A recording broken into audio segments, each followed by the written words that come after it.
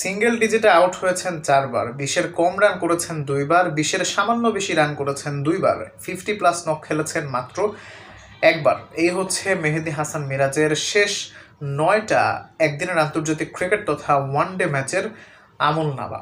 অর্থাৎ শেষ 9টা ইনিংসে মেহেদী হাসান মিরাজ সিঙ্গেল ডিজিটে আউট হয়েছেন 4 বার।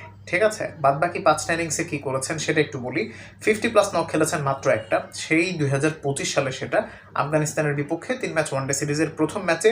তাও তার সেই 50+ নকটা নিয়েও অনেক আলোচনা সমালোচনা সেই সময়ও হয়েছিল, এখনও হবে। 87 বলে 60 রানের একটা ইনিংস খেলে তিনি আউট হয়েছিলেন।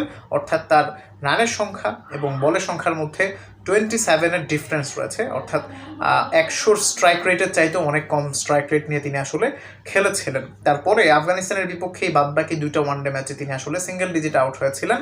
একটা ম্যাচে তিনি 4 রান করেছেন, একটা ম্যাচে তিনি 6 রান করেছেন।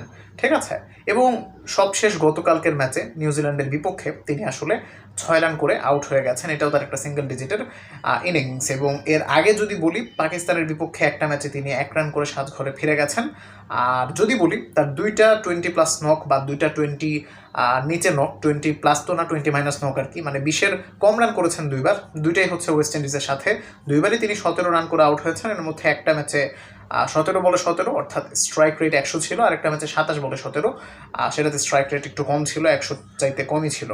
আর ওয়েস্ট ইন্ডিজের বিপক্ষে তিনি একটা ম্যাচে হচ্ছে 32 রানের ইনিংস খেলে আউট হয়েছিলেন, তবে প্রশ্নবিদ্ধ ছিল, স্ট্রাইক রেট বরাবরের মতোই খুবই স্লো খেলেছিলেন।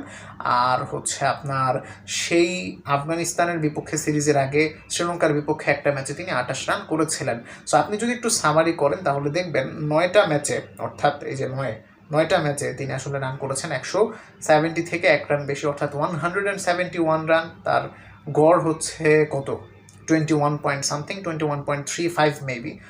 তিনি একটা ম্যাচে নট আউট ছিলেন। এই হচ্ছে ব্যাটার মেহেদী হাসান মিরাজের শেষ 9টা ম্যাচের পারফরমেন্স।